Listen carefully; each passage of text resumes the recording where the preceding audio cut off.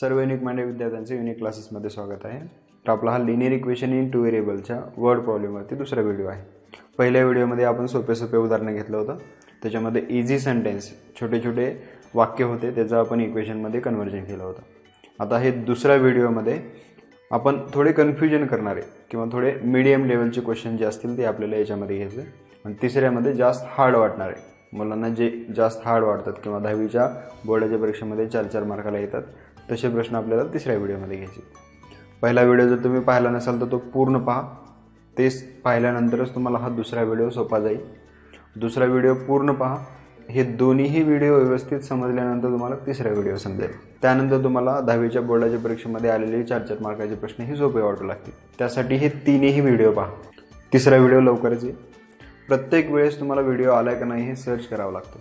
मग ते करणं लागू नये यासाठी खाली एक ऑप्शन आहे सबस्क्राईब, त्याच्यावरती क्लिक करा आणि त्याच्यापुढे एक बेल आयकॉन येईल, त्याच्यावरती ऑल करा. कारण याच्यानंतर मी जेवढे काही व्हिडिओ तुम्हाला टाकणार आहे त्याचं नोटिफिकेशन येईल. तुम्हाला सर्च करायची गरज नाही, तुमचं काम सोपं होईल. तर वेळ न घालवता आपला पुढचा प्रश्न घेऊ. 2 numbers are in the ratio 3:4. If 4 is added to each, the ratio becomes 4:5. Find the numbers. आता या ठिकाणी तुम्हाला 2 नंबर काढा मध्ये ज्यांचा रेशो 3:4 येत आहे आणि त्या नंबरमध्ये जर तुम्ही 4 ॲड केलात आणि नंतर रेशो घेतलात तर त्याचा रेशो 4:5 होईल. तर तुम्हाला ते नंबर काढायचे. मग तुम्ही let's 2 numbers are x and y असं लिहू शकता. मी थोडं वेगळ्या पद्धतीने लिहितो सोपं जाण्यासाठी. Let first number is equal to x, second number is equal to y. बा फर्स्ट कंडिशन, फर्स्ट स्टेटमेंट वाचं काय म्हणते, 2 numbers are in the ratio 3:4. म्हणजे आपल्याला 2 नंबरचा रेशो दिला 3:4. म्हणजे फर्स्ट नंबर आणि सेकंड नंबर यांचा रेशो 3:4 येते. आता रेशो म्हणजे काय असतो त्याचे उदाहरण घेऊ. समजा मी इथं 20/40 घेतलं. 20 म्हणजे फर्स्ट नंबर असेल आणि 40 म्हणजे सेकंड नंबर असेल. तर कोणत्या नंबरने डिवाइड होईल? 20 न होऊ शकते ना, 10 न होऊ शकतं. मोठ्यात घालतो मी. 21 20, 22 40 म्हणजे 1/2. म्हणजे हे फर्स्ट नंबर होता, हा सेकंड नंबर होता. यांचं डिव्हिजन केल्यानंतर तुमचा रेशो किती आला? 1/2 आला. किंवा आणखी एक एक्झाम्पल घेऊ. समजा 40/60 आहे. 40ला आणि 60ला 20 ने डिवाइड होते. सो 22 40, 23 60. ज्यावेळेस आपल्याला अशी स्टेप येते की त्याच्या पुढे आपण डिवाइडच करू शकत नाही, तो आपला रेशो असतो. मग तसं इथं कोणते तरी 2 नंबर होते, त्याला डिवाइड करत गेल्यानंतर शेवटला आपल्याला हे रिमेनिंग भेटते.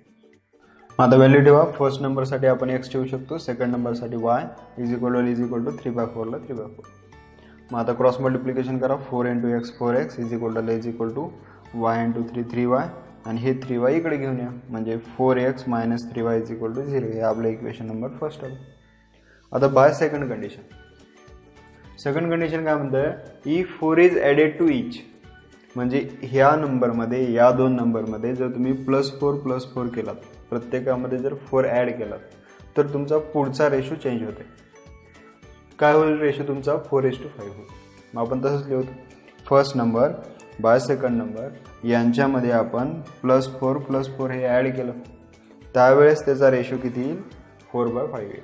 फॉर एक्झाम्पल आपण काय घेतलं होतं? 40/60 घेतलं होतं, त्याचा रेशो आला होता 2/3. आता मी वरच्यामध्ये 10 ॲड करतो.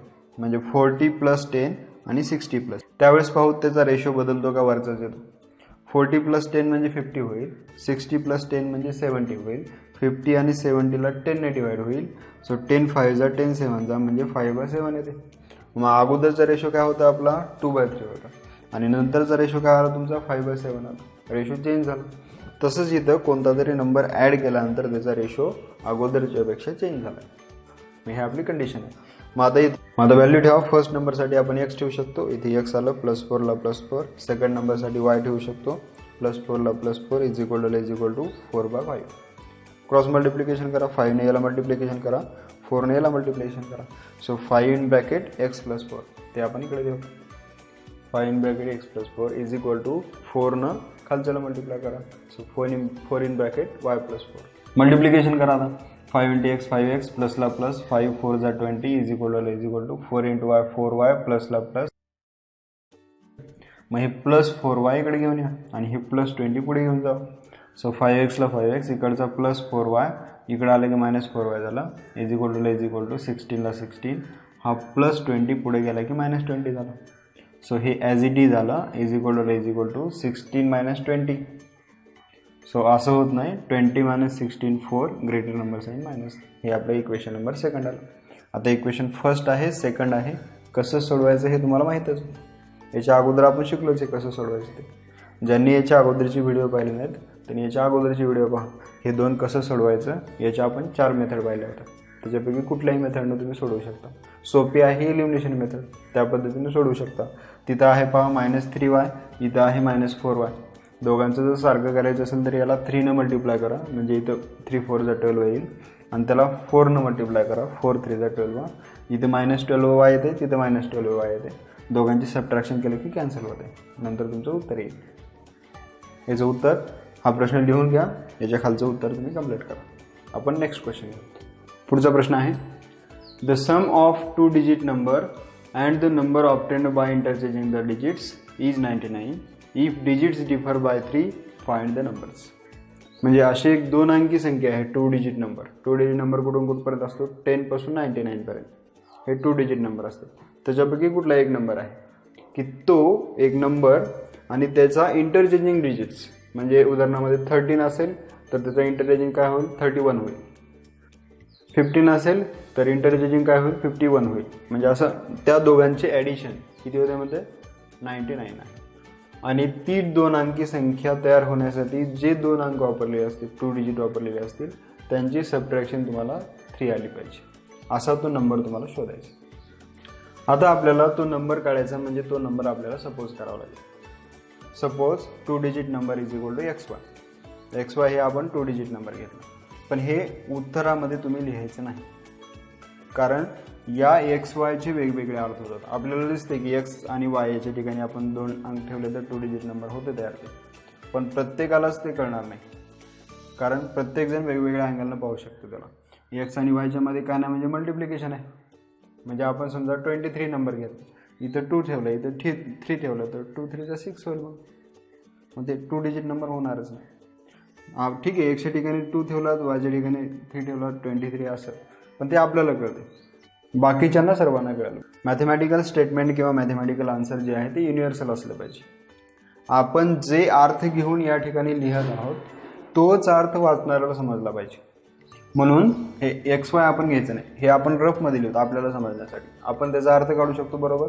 मग आपण लिहितो ते उत्तर तिथून सुरुवात करायचं. उत्तर खाली सुरुवात करा. आपल्याला काय दिले याच्यामध्ये डिजिट्स दिले. मग आपण डिजिट सपोज करू शकतो. Let's digit in the unit place. मग याच्यामधला युनिट प्लेस आपला कोणता Y आहे सो Y लिहिलं. अँड टेन्स प्लेसला काय असेल X असेल इथे X लिहिलं. मग हे आन्सर तुम्ही इथून सुरुवात करा. ते वरचं आपण रफसाठी लिहिलं आपल्यासाठी लिहिलं सोपं जावं यासाठी. ठीक आहे XY आपला युनिट प्लेस Y भेटला टेन्स प्लेस X भेटला. मग आता याच्यापासून आपल्याला नंबर तयार करावा लागेल. आता इथे पहा हे घेतल्यानंतर आपलं चुकलंही असतं. कसं चुकलं असतं कारण हे लिनियर नाही. लिनियरची डेफिनेशन काय आहे की त्याची डिग्री 1 असली पाहिजे. Xचा पॉवर काय नाही म्हणजे 1 आहे Yचा पॉवर काय नाही म्हणजे 1 आहे. 1 + 1 किती होईल 2. मग हे लिनियर होणारच नाही. मग आपल्याला लिनियरमध्ये याचंच कन्व्हर्जन कसं करता येईल त्यासाठी अगोदर आपण एक उदाहरण घेऊ. उदाहरण आहे समजा 47 घेतलं. मग इथं मला 47 कसं भेटेल या 4 आणि 7चाच यूज करून. मग तुम्ही ॲडिशन करू शकता सबट्रॅक्शन करू शकता मल्टिप्लिकेशन डिव्हिजन कसं आहे पण ते प्रत्येकासाठीच तसं असलं पाहिजे. मी आताच म्हणलं युनिव्हर्सल असलं पाहिजे ते. त्या ठिकाणी आपण कुठलीही व्हॅल्यू ठेवलं तर ते आपलं आन्सर आलं पाहिजे. मग असं तुम्हाला एक स्टेटमेंट तयार करावं लागेल. पहा उदाहरणामध्ये आपण चेक करू देतो. 4 + 7 इथे 4 लिहितो मी इथे 7 लिहितो. 4 + 7 किती भेटते 11. आपल्याला असं तयार करायचे की याचा आन्सर 47 आला पाहिजे. मग आपण याच्या रीड करण्याच्या मेथडवरूनच त्याचं तयार करू. हा युनिट प्लेस असतो म्हणजे त्याची व्हॅल्यू 7च असणार आहे म्हणजे 7 × 1 7 केलं. आणि हा टेन्स प्लेस आहे म्हणजे याची व्हॅल्यू 10 टाइम्स असते म्हणजे याला आपण 10 ने मल्टिप्लाय करू शकतो. सो 4 × 10 किती होईल 40. मग आता पहा 40 + 10 किती होते 47 होते. 40 + 10 47 होते. म्हणजे हे आपलं येते आन्सर. आणखी एखादे उदाहरणासाठी आपण चेक करू. उदाहरण आहे 72. मग आता पहा हा युनिट प्लेस आहे म्हणजे 2 × 1 2 आला. हा टेन्स प्लेस आहे 10 × 7 किती आला 70 आला. म्हणजे 70 + 2 या दोघांची ॲडिशन किती होते 72. आपला ॲक्च्युअल नंबर भेटते. म्हणजे हा फॉर्मॅट आपला राईट. काय लिहू शकतो आपण unit unit place as it is लिहू शकतो आणि टेन्स प्लेसला 10 ने मल्टिप्लाय करू शकतो. मग आपण त्याचं पण तसंच कन्वर्जन करू. सो द नंबर इज, या ठिकाणी पहा हा युनिट प्लेस आहे, तुम्ही इथं ॲज इट इज लिहिला, प्लस दिला कारण इथं आपला प्लस होता. पुढे या 4ला 10 ने मल्टिप्लाय केलं होतं. मग आपल्याला इथं कशाला मल्टिप्लाय करावं लागेल, हा टेन्स प्लेस आपला कोणता एक्स आहे, एक्सला 10 ने मल्टिप्लाय करावं लागेल. So 10x. मग आपली नंबर काय तयार झाला, 10x + y. मग आता एक्स आणि वायच्या ठिकाणी तुम्ही कुठलाही नंबर ठेवलात तर तुमचा तो 2 डिजिट नंबर तयार होईल. आता बाई याच्यामध्ये युनिट प्लेस आणि टेन्स प्लेसच्या ठिकाणी आपण कुठलीही व्हॅल्यू ठेवणार तर आपला 2 डिजिट नंबर कसं तयार होईल. आणि ते चुकणारी पण आहे. कसं, समजा मी एक्सची व्हॅल्यू 2 ठेवलं आणि वायची व्हॅल्यू 3 ठेवलं, म्हणजे आपल्याला 23 पाहिजे.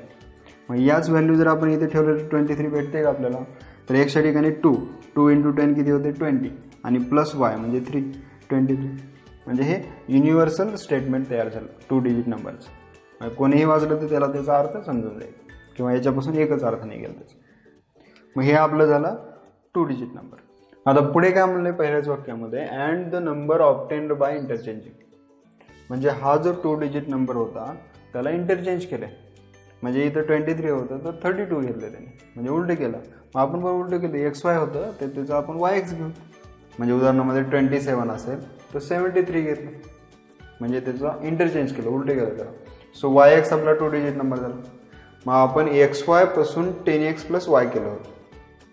तसं आता याचं जर आपण उलटं YX केलं तर YX पासून 2 डिजिट नंबर कसा तयार होईल. मी वाक्य लिहावं लागेल आपल्याला, the number obtained by interchanging digits is, काय असेल आता याच्यामध्ये हे बघा, इथलं वायला वाय ॲज इट इज आलं होतं, एक्सला टेन्स प्लेसला आपण 10 ने मल्टिप्लाय करून इथे लिहिलं होतं. मग आपल्याला याचं पण करता येईल तसंच, एक्सला एक्स आपण इथे लिहू, प्लस हा जो टेन्स प्लेस आहे वाय त्याला आपल्याला 10 ने मल्टिप्लाय करावं कारण आपलं YX हा नंबर झाला, उलटं केलं त्याला आपण. सो या वायला 10 ने मल्टिप्लाय करा म्हणजे 10y. म्हणजे आपला इंटरचेंजिंग डिजिट्स काय झाला 10y + x. मग हा आपला सेकंड नंबर. आता पुढे काय म्हणलंय, त्या दोघांची सम किती येते मग 99. म्हणजे हा जो नंबर आहे तो आणि त्याचे इंटरचेंज केलेले डिजिट्स या दोघांचे ॲडिशन 99 येते. सो बाय फर्स्ट कंडिशन हे आपण इथे लिहूत, प्लस इथला आपण इंटरचेंज केलेला तो या दोघांची ॲडिशन किती आली पाहिजे 99. आता या ठिकाणी पहा दोन ब्रॅकेटच्या मध्ये प्लस साइन आहे, त्याच्यामुळे आपण इथलं ब्रॅकेट काढून टाकू शकतो. So 10x + y as it is लिहिलं, प्लसला plus 10y + x as it is 99ला 99. आता या ठिकाणी पहा 10x आहे आणि इथं x आहे, एक्सच्या बाजूला काय ना म्हणजे 1 असेल, कोएफिशियंटचे आपण ॲडिशन करतो. सो 10 + 1 11 आणि x. आता पुढे पहा इथं y आहे आणि इथं 10y आहे, 10 आणि याच्या बाजूला काय ना म्हणजे 1 11 होईल, म्हणजे इथे 11y आहे आणि पुढे किती येईल तुमचं 19. मग हे आपलं आलं equation number first. Bye second condition. आता सेकंड कंडिशनमध्ये काय म्हणले पहा, इफ डिजिट्स डिफर बाय 3. म्हणजे हे जे 2 डिजिट्स होते XY यांचं सबट्रॅक्शन 3 आलं पाहिजे. मग तुम्ही x - y केलात तरी चालतं, y - x केलात तरी चालतं. आपल्याला टेन्स प्लेस मोठा आहे का युनिट प्लेस मोठा आहे हे दिलं नाही कंडिशनमध्ये, त्याच्यामुळे आपण कसंही घेतलं तरी चालतं. मग मी x - y = 3. मग आपल्याला आता हे 2 इक्वेशन सॉल्व्ह करायचे. एक तर इक्वेशन 3ला 11 ने मल्टिप्लाय करा, इथे प्लस 11y आहे तिथं -11y होईल, दोघांची ॲडिशन केल्यावर कॅन्सल होईल. किंवा 11x + 11y = 99. याला 11 ने डिवाइड करा म्हणजे इथला 11 इथला 11 कॅन्सल होईल, इथं 9 येते म्हणजे x + y = 9 येते. मग x + y + 9, x - y = 3. या दोघांची ॲडिशन करा, तुमचं x निघेल. मग त्याच्यानुसार आलेली व्हॅल्यू या याच्यामध्ये ठेवा, 10x + y याच्यामध्ये ठेवलं की तुमचा 2 डिजिट नंबर येतो. याचे आन्सर 2 येते कारण आपल्याला माहीत नाही कोणता मोठा कोणता छोटा, त्यासाठी याच्यामध्ये पण ठेवावं लागेल तुम्हाला, याच्यामध्ये पण ठेवावं लागेल. तुमचे 2 आन्सर येतील. जर इथे दिलं असतं तुम्हाला की या कंडिशनमध्ये युनिट प्लेस मोठा आहे टेन्स प्लेस मोठा आहे असं जर दिलं असतं तर मग आपण एकच उत्तर निघालं असतं, पण इथं दिलं नाही त्याच्यामुळं 2 उत्तरं निघतील शेवटला. ठीक आहे, याच्यानंतर पुढचा प्रश्न पाहू. त्याच्या पुढचा प्रश्न आहे, in triangle ABC angle A = x, angle B = 3x and angle C = y. If 3y - 5x = 30, then find measure of angle B. आता ट्रायंगल ABCच्या 3 अँगलचं आपल्याला मेजर दिले. आणि ते पण एक्स आणि वायमध्ये दिले आणि एक इथं इक्वेशन दिले. मग आपल्याला एकच इक्वेशन तयार करायचं, एक तर अगोदरच दिले आहे. मग आपल्याला एक इक्वेशन कसं तयार करावं लागेल ते पाहावं लागेल आणि त्याच्यानुसार तुम्हाला अँगल बीचं म्हणजे एक्सची व्हॅल्यू काढलात की अँगल बीमध्ये 3 × x. एक्सची व्हॅल्यू किती काय ना, समजा 10 आली एक्सची व्हॅल्यू, तर 3 × 10 किती होते, 30 होते, म्हणजे बीची व्हॅल्यू 30 होते. मग आपल्याला ते अगोदर एक्सची व्हॅल्यू किती ते पाहावं लागेल. पण त्यासाठी ट्रायंगलचं मेजरमेंट दिलं आहे आपल्याला. सो मी इथे एक ट्रायंगल ड्रॉ करतो. आता या ट्रायंगलमध्ये ABC नाव आहेत. मग एचं माप किती दिलं आपल्याला, एक्स दिलं, मग या कोपऱ्यामध्ये मी एक्स लिहिलं. बीचं माप 3x दिलं, इथं 3x लिहिलं आणि सीचं माप y आहे, इथं y. मग आता sum of measure of all angles of triangle is 180. ते वाक्य आपण इथे लिहिलं. Angle A plus angle B plus angle C is equal to 180. हे आपल्याला माहीत आहे. Sum of measure of all angles of triangle is 180. So इथे वाक्य लिहिलं. आता याच्यानंतर angle A plus angle B plus angle C is equal to 180. मग एचं माप किती दिलं आपल्याला, एक्स दिलं आहे. सो एच्या ठिकाणी आपण एक्स लिहिलं. बीचं व्हॅल्यू 3x आहे, त्याच्या ठिकाणी आपण 3x लिहिलं. सीची व्हॅल्यू y आहे, त्याच्या ठिकाणी y इज इक्वल टू 180 ला 180.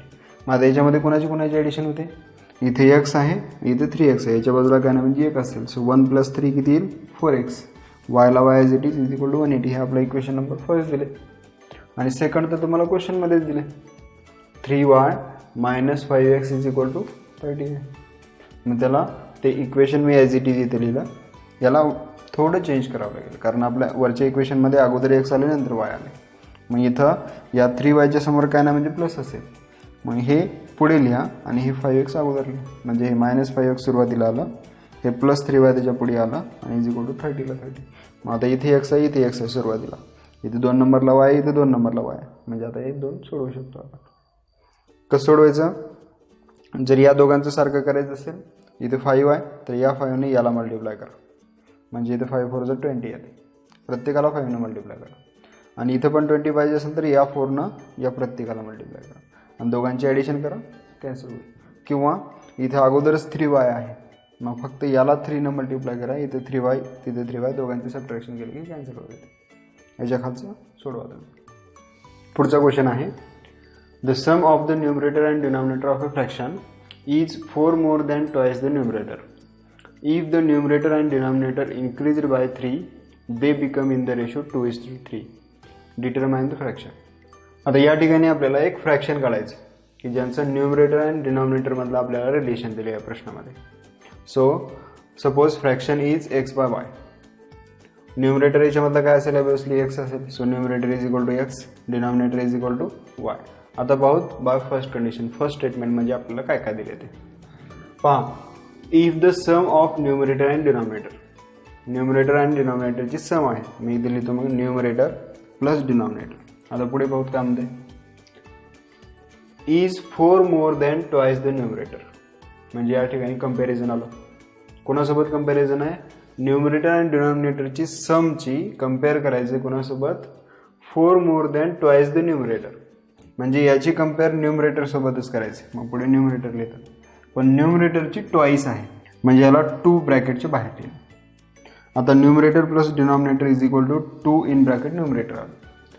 पण तरी सुद्धा 4ने ग्रेटर आहे. म्हणते कोण 4ने ग्रेटर आहे, न्यूमरेटर अँड डिनॉमिनेटरची सम.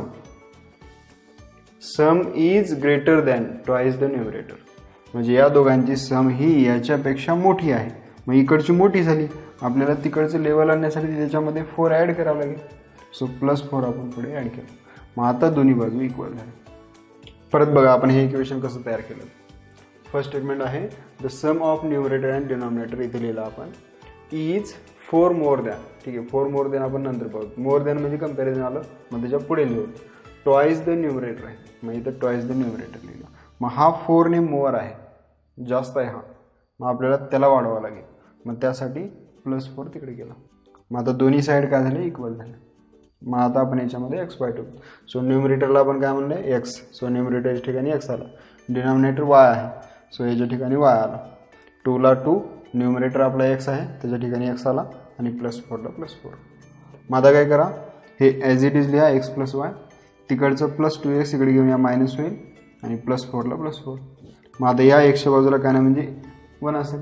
सो याच्या बाजूला +1 आणि इथला -2 डिफरंट साईन आहेत, सबट्रॅक्शन करावं लागेल. 1 - 2 होत नाही, 2 - 1 1 ग्रेटर नंबर साईन मायनस आणि एक्सला एक्स आणि पुढे +y ॲज इट इज आलं आणि 4ला 4 म्हणजेच -1 x आहे म्हणजे -x असेल. -x + y = 4 हे आपलं फर्स्ट इक्वेशन आलं.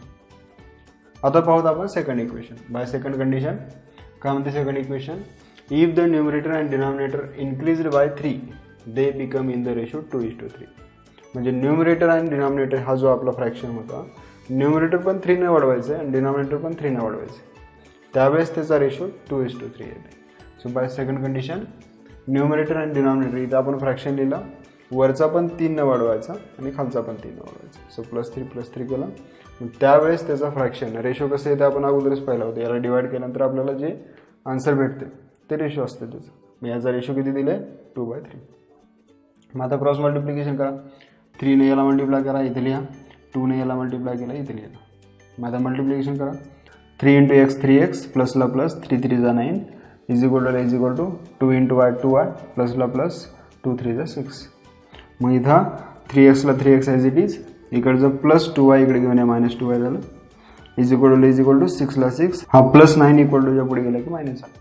So 3x - 2y as it is लिहिलं, 6 - 9 होत नाही, 9 - 6 3 आणि ग्रेटर नंबर साईन. सो आपलं आलं सेकंड इक्वेशन 3x - 2y = -3. हे आपलं इक्वेशन नंबर सेकंड आलं. आता फर्स्ट आणि सेकंड तुम्हाला सॉल्व्ह करायचं. कसं सॉल्व्ह करणार, इथं 3x आहे, तिथं 3 पाहिजे तर त्याला 3 ने मल्टिप्लाय करा, दोघांचे ॲडिशन करा, आन्सर येईल. किंवा y सारखं करायचं असेल, तिथं -2y आहे, तिथं +y आहे, मग त्याला 2 ने मल्टिप्लाय करा, इथलं -2y तिथलं +2y कॅन्सल होतं, ॲडिशन केल्यानंतर तुमचं आन्सर येईल. ह्याच्या खालचं उत्तर काढा. पुढचा प्रश्न आहे, 10 years ago father was 12 times as old as his son and 10 years hence he will be twice as old as his son. Find their present ages. म्हणजे 10 years ॲगोचं रिलेशन दिले तुम्हाला, म्हणजे त्याच्यामधलं कंपॅरिझन दिलं आहे आणि 10 years आफ्टरचं त्याचं कंपॅरिझन दिलं आहे त्यांचे एजेस. तर तुम्हाला प्रेझेंट एज काढायचं. मग आपल्याला जे काढायचं त्याच्याबद्दल आपण XY म्हणू. So suppose present age of father = X, present age of son = Y. आता सध्याचं वय आपण XY मानलं. आता बघा पहिलं वाक्य काय म्हणते, 10 years ago father was 12 times as old as his son. म्हणजे 10 years ago 10 वर्षापूर्वी त्याचं कम्पेअर करून सांगितलं आपल्याला. मग अगोदर आपल्याला 10 वर्षापूर्वी त्याचं वय किती होतं हे काढावं लागेल. सध्याचं आहे X, म्हणजे 10 वर्षापूर्वी त्याचं वय 10 वर्षांनी कमी होणार आहे. म्हणजे 10 years ago फादर्स एज = समजा सध्याचं 40 असेल तर 10 वर्षापूर्वी त्याचं किती असणार आहे, 10 कमी म्हणजे 30 होईल. म्हणजे सध्याच्या वयामधून तुम्हाला 10 कमी करावं लागेल. सो प्रेझेंट एज किती आपलं X आणि 10 years ago किती असणार आहे -10. म्हणजे X - 10 हे त्याचं 10 years ago एज आलं. आता सनचं पण तसंच काढावं लागेल.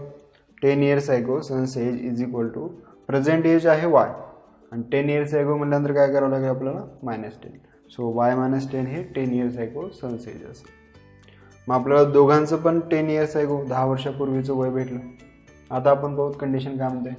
परत पहा, 10 years ago father was 12 times as old as his son. 10 वर्षापूर्वी त्याच्या वडिलांचं वय हे त्याच्या मुलाच्या वयाच्या 12 पट होतं. म्हणजे आपल्याला कंपॅरिझन करावं लागेल इथं. मग आता इथं मी वडिलांचं वय लिहितो, इथं मुलाचं वय. वडिलांचं वय फादर्स एज इज 12 times ऑफ सन्स एज, म्हणजे याला आपल्याला 12 टाइम्स करावं लागेल, त्यावेळेस मग फादर्स एजचं इक्वल येईल. म्हणजे इथं फादर्स एज येईल, इथं सन्स एज येईल आणि याला आपल्याला मुलाच्या वयाला सन्स एजला 12 टाइम्स करावं लागेल, म्हणजे याला 12 ने मल्टिप्लाय करा. हे आपलं फर्स्ट इक्वेशन आलं. मग आता X - 10 ॲज इट इज लिहिलं, = 12 ने मल्टिप्लाय करा, 12 × Y 12y मायनसला मायनस 12 10 जा 120.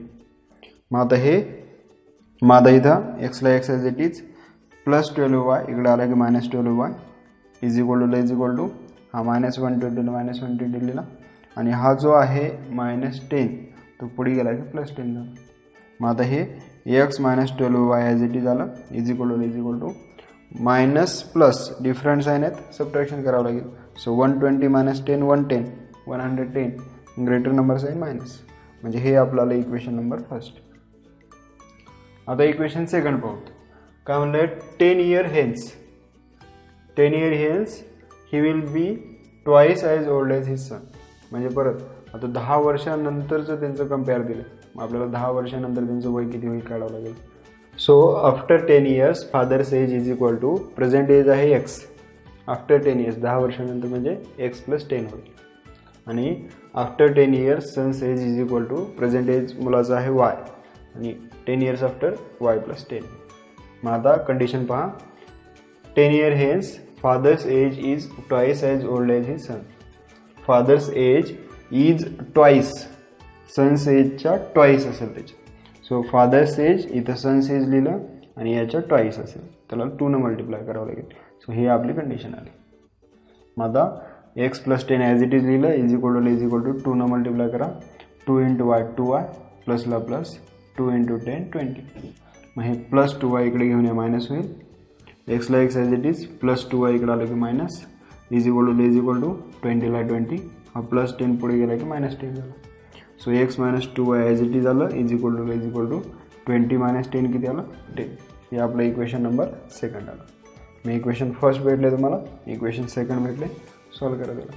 तिथं पण एक्स आहे, इथं पण एक्स आहे, दोघांचे सबट्रॅक्शन करा, तुमचं आन्सर येईल. पुढचा प्रश्न आहे, the ratio of income of 2 person is 9:7 and the ratio of their expenditure is 4:3. If each of them save 200 rupees per month, find their monthly income.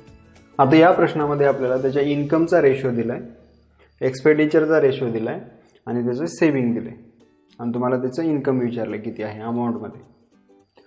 So आपल्याला जे काढायला सांगितले ते आपण सुरुवातीला लिहू. Suppose income of first person is equal to x, income of second person is equal to y. मग आता by first condition first statement वाचं काय म्हणते, the ratio of income of 2 person is 9:7. म्हणजे या दोन इन्कमचा रेशो एक्स आणि वाय यांचा रेशो, एक्स बाय वाय लिहिला, यांचा रेशो किती येते म्हणजे त्यांनी 9:7. मग वर 9 लिहिलं, खाली 7 लिहिलं. मग आता क्रॉस मल्टिप्लिकेशन करा. 7 × x 7x is equal to 9 × y 9y. हे प्लस 9y इकडे घेऊन या, मायनस होईल. 7x minus 9y is equal to 0. हे आपलं इक्वेशन नंबर फर्स्ट आलं. पहिलं इक्वेशन सोपं होतं, फक्त डायरेक्ट त्याचा इन्कमचा रेशो दिले, डायरेक्ट एकाखाली एक लिहिला आणि इज इक्वल टू त्याचा रेशो लिहिला. आता सेकंड इक्वेशन अवघड आहे, कारण तुम्हाला एक्सपेंडिचरचा रेशो दिला आहे आणि एक्सपेंडिचर तर आपल्याला माहीत नाही किती येते, मग ते काढावं लागतं. कसं काढायचं पहा, ते सेविंग किती करतायत 200 रुपीज. सो इथं आपण वाक्य लिहू, each of them save 200 rupees. मग आता प्रत्येकाचं तुम्हाला एक्सपेंडिचर काढावं लागेल. So expenditure of first person. आता फर्स्ट पर्सनचं एक्सपेंडिचर तुम्हाला कसं काढता येईल, सोपं आहे खूप. कसं काढायचं पहा, त्याचा इन्कम आहे एक्स आणि त्याने सेव्हिंग करते 200 रुपीज उदाहरणामध्ये. तर त्याचं इन्कम आहे समजा 2000 रुपीज आणि त्याची सेव्हिंग आहे 200 रुपीज. तर एक्सपेंडिचर किती असेल 1800 असेल. कसं केलं आपण, त्याच्या इन्कममधून सेव्हिंग सबट्रॅक्ट केली म्हणजे त्याचं एक्सपेंडिचर निघालं. तसंच आपण इथं त्याचं इन्कम आहे एक्स आणि त्याच्यामधून तुम्हाला त्याची सेव्हिंग सबट्रॅक्ट करावं लागेल म्हणजे त्याचं एक्सपेंडिचर किती येईल, एक्स मायनस 200 येईल. पहिल्याचं. दुसऱ्याची इन्कम किती आहे, वाय आहे आणि त्याची पण सेव्हिंग 200 आहे. सो याचं एक्सपेंडिचर किती असेल, वाय मायनस 200 असेल. मग आता हे दोघांचे एक्सपेंडिचर भेटले, मग आता सोपं झालं. बाय सेकंड कंडिशन त्याच्या एक्सपेंडिचरचा रेशो दिले आपल्याला डायरेक्ट. मग वर पहिल्याचं एक्सपेंडिचर, खाली दुसऱ्याचं एक्सपेंडिचर, त्याचा रेशो किती दिला आहे 4/3. मग आता क्रॉस मल्टिप्लिकेशन करा. 3 ने याला मल्टिप्लाय केला इथे लिहिलं, इज इक्वल टू 4 ने याला मल्टिप्लाय केला इथे लिहिलं. मल्टिप्लिकेशन करा. 3 × x 3x मायनसला minus 3 × 200 600 is equal to 4 × y 4y मायनसला मायनस 4 × 200 4 × 2 = 8 00 म्हणजे 800 आलं ते. आता पुढे 3x ला 3x इकडचा प्लस 4y आपण इकडे आणू, मायनस होईल, minus 4y is equal to minus 800 as it is. हा जो मायनस 600 आहे तो पुढे घेऊन जावा, प्लस होईल. So 3x minus 4y as it is आलं. Minus 800 plus 600 different side subtraction करावं लागेल. 800 मायनस 600 200 आलं, ग्रेटर नंबर साईड मायनस. म्हणजे हे आपलं इक्वेशन सेकंड आलं. तिथे इक्वेशन फर्स्ट आहे. दोघांना तुम्हाला सॉल्व करायचं. मग कसं सॉल्व करणार, इथं आहे 3 तिथं आहे 7 जर हे दोन सेम करायचे असेल तुम्हाला एक्स एक्सच्या साईडचे तर त्याला 3 ने मल्टिप्लाय करा, त्याला 7 ने मल्टिप्लाय करा, 21 येईल, दोघांची सबट्रॅक्शन करा, कॅन्सल होईल. किंवा वायचे सेम करून घ्या, दोघांची सबट्रॅक्शन करा, एक्सची व्हॅल्यू निघेल. पुढचा प्रश्न आहे, a man gets 100 rupees per day if he works but he is ₹500 per day if he is absent. In the month of April he received ₹1,900 only. How many days did he work? आता या प्रश्नामध्ये आपल्याला तो व्यक्ती April महिन्यामध्ये किती दिवस काम केलं हे काढायचं. म्हणजे जे काढायला सांगितले ते आपण लिहून सुरुवातीला number of days he worked is equal to x आणि काही दिवस अब्सेंट राहणार आहे. So number of days he absent is equal to आपण वाय मानलं. मग आता आपल्याला कंडिशन काय दिले बघा, जर तो कामावरती गेला, जर त्याने वर्क केलं तर त्याला 100 रुपीज भेटतात आणि जर तो अब्सेंट राहिला तर त्याला फाईन लावला जातो 10 रुपीज, म्हणजे त्याचं पेमेंटमधून मग कमी होईल. सो बाय फर्स्ट कंडिशन, समजा त्याने 10 दिवस काम केले, मग 10 दिवसाची किती होतील, एका दिवसाला त्याला 100 रुपये भेटतात, 100 गुणिले 10,000 रुपये होतील. समजा या ठिकाणी 15 दिवस काम केले त्याने, मग 15 गुणिले 100 किती होईल, 150 रुपये होतील. पण त्याच्यामधून जेवढे दिवस त्यांना अब्सेंट आहेत तेवढे त्याची रक्कम पण कमी झाली. मग आता इथं आपण 100 गुणिले 100 हे त्याचं एक दिवस काम केल्यानंतर भेटणारी रक्कम आहे.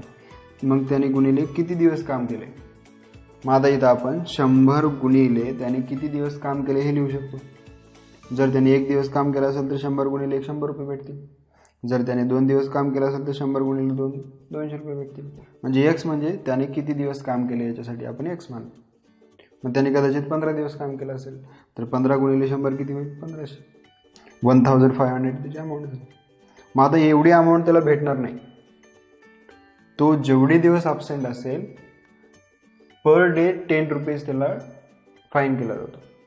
मग आता एका दिवसाचे 10 रुपये फाईन केले जातात. मग किती दिवस अब्सेंट आहे तो, तर वाय दिवस अब्सेंट आहे, म्हणजे 10 × वाय एवढी अमाऊंट त्याच्या टोटल अमाऊंटमध्ये सबट्रॅक्ट होईल आणि बाकीची शिल्लक अमाऊंट आहे ती त्याला पेमेंट होऊन देते. मग आता त्याला किती भेटलेत, 1900. मग आता त्यानं काम केलेल्या दिवसापासून त्याला मिळणारी रक्कम इथे तयार होईल आणि त्याला फाईन लावणारी रक्कम, त्याने जेवढे दिवस अब्सेंट आहे त्याला 10 ने मल्टिप्लाय केले की एवढा त्याचा फाईन होईल. मग याचं सबट्रॅक्शन केल्यानंतर त्याची ॲक्च्युअल पेमेंट किती होईल, 1900. मग आता 100 × x 100x मायनसला minus 10 × y 10y is equal to 1900. हे आपलं फर्स्ट इक्वेशन तयार झालं. आता सेकंड इक्वेशन काढायचं सोपं आहे, कारण आपल्याला दिलं आहे in the month of April. April मंथमध्ये 30 डेज असतात. मग त्याच्यापैकी त्या 30 डेजपैकी काही दिवस तो प्रेझेंट असेल, काही दिवस अब्सेंट असेल, पण या दोघांचे ॲडिशन 30 येणारच आहे. So x plus y is equal to 30. हे आपलं सेकंड इक्वेशन आलं. मग आता या दोघांना सोडवा. एक तर याला 10 ने डिवाइड करा, म्हणजे इथं वाय येतं, इथे वाय, दोघांचे सबट्रॅक्शन केल्यानंतर कॅन्सल होईल. किंवा याला 100 ने मल्टिप्लाय करा, इथं 10y येईल, इथे 10y, दोघांचे सबट्रॅक्शन करा. समजले नसतील तर परत सुरुवातीपासून पहा, सर्व प्रश्न लिहून घ्या आणि जे आपण उत्तरं अर्धे सोडलेले आहेत ते उत्तरं पूर्ण करा. आणखी काही याच्यासारखे प्रश्न जर तुम्हाला दुसरीकडे कुठे भेटले तर ते सोडवा, याचा चांगला सराव झाला पाहिजे. यानंतर तिसरा व्हिडिओ येईल. तिन्ही व्हिडिओ जर तुम्ही व्यवस्थित पाहिलात, समजून घेतलात तर अशा वर्ड प्रॉब्लेममध्ये तुम्हाला काहीच अडचण येणार नाही. जर हा व्हिडिओ आवडला तर लाईक करा. थँक्यू.